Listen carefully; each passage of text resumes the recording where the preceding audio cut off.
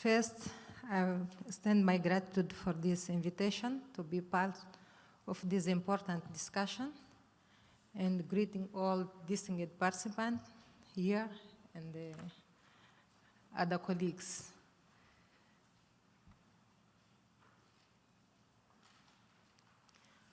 I will start to present my country, Mozambique, to you. To who don't know, Mozambique is in Africa.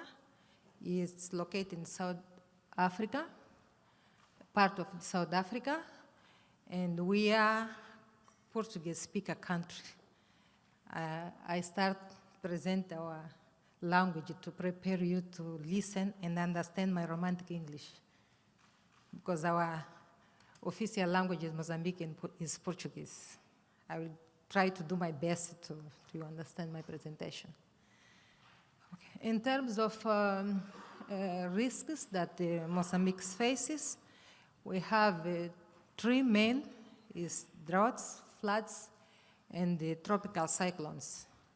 It's happened because location of our country. In Africa, we have 15 river basins, and 9 of these rivers cross our country, Mozambique, and we are located downstream of all these river basins. 50% of territory is covered by rivers in Mozambique. 40% of all topography is less than 200 meters above the sea level. We have a big coastline. We have a long coastline.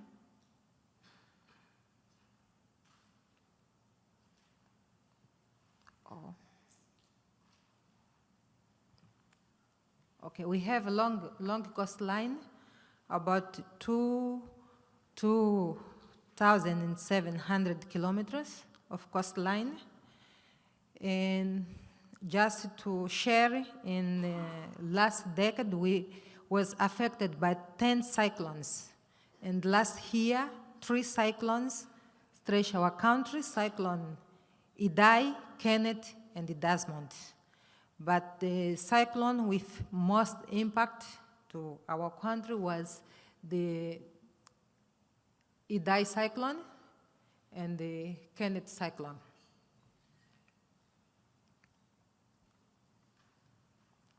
In terms of impact of Cyclone Idai and the Kenneth, I will highlight some points.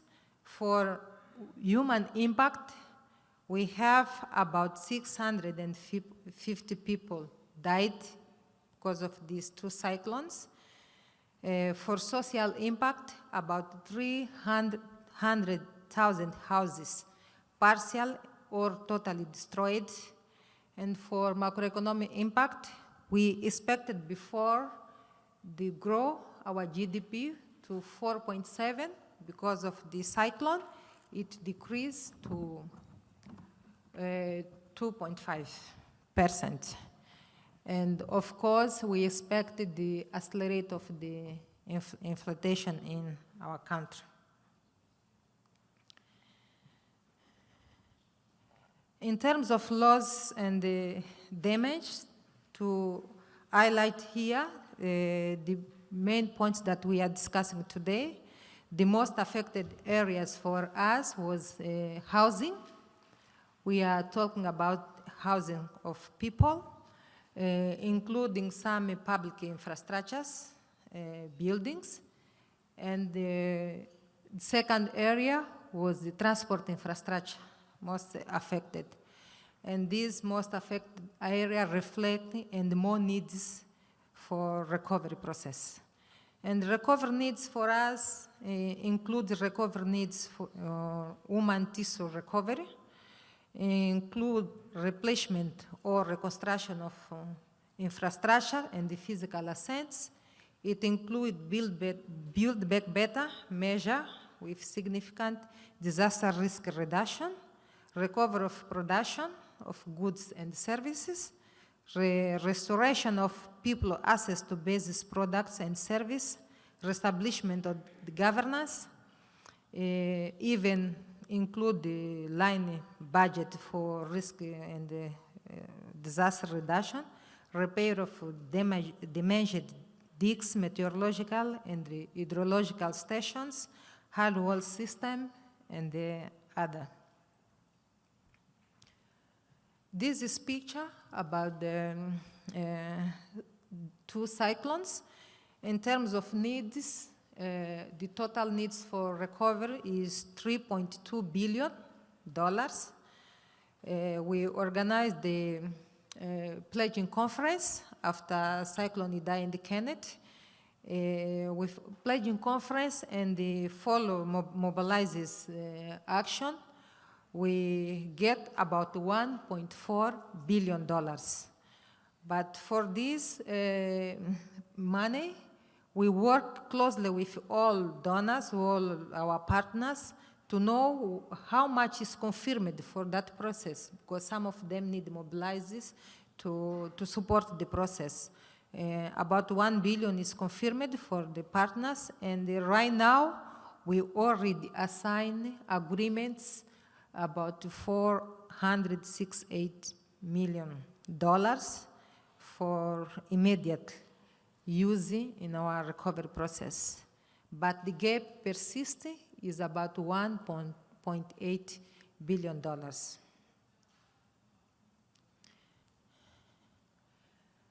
About what we are discussing today, the infrastructures, post-disaster response and the replenishment and the normal process of reconstructions, we have two big components to reflect. One is no infrastructure measure or that we need to take in place to guarantee the resilience process. And for us, in no infrastructures activities that we put in place is one, institutional arrangement. We established the cabinet for reconstruction process where I'm working now. We are working to update the land use plans and the hazard maps, even straight disaster preparedness. And for infrastructure, we work in our infrastructure development program and the replenishment.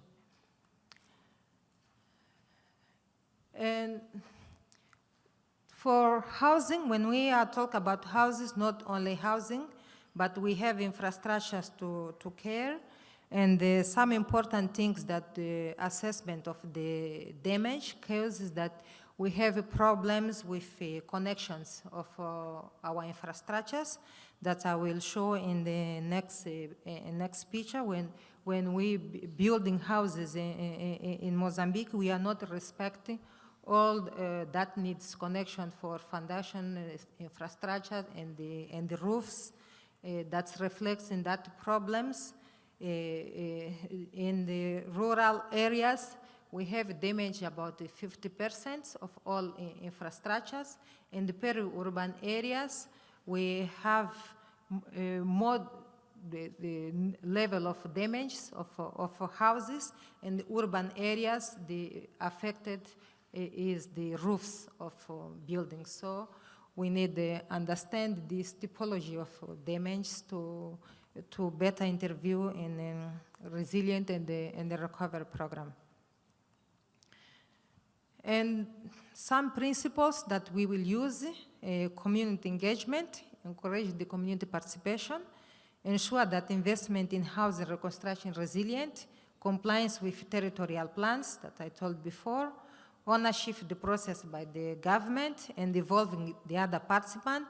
Now we sign a memorandum with university and UN Habitat for that process, institutional training, solutions, and supervision. For transport infrastructure, that is the figure happen, example of happen with the cyclone. So we have here some challenge and reflection. In terms of challenge, we have incorrect application of standard and the construction procedures.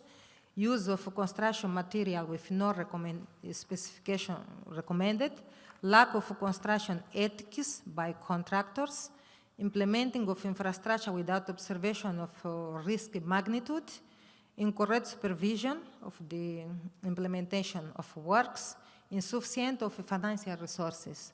So for reflection, we need to review the inspection process of reconstruction works, prohibit the production and the marketing of materials, not recommended, needed to further studies to adequacy the risk maps and straighten legal measures. Even budget, for us, it's how the government allocate for infrastructure, 40% in the budget strata.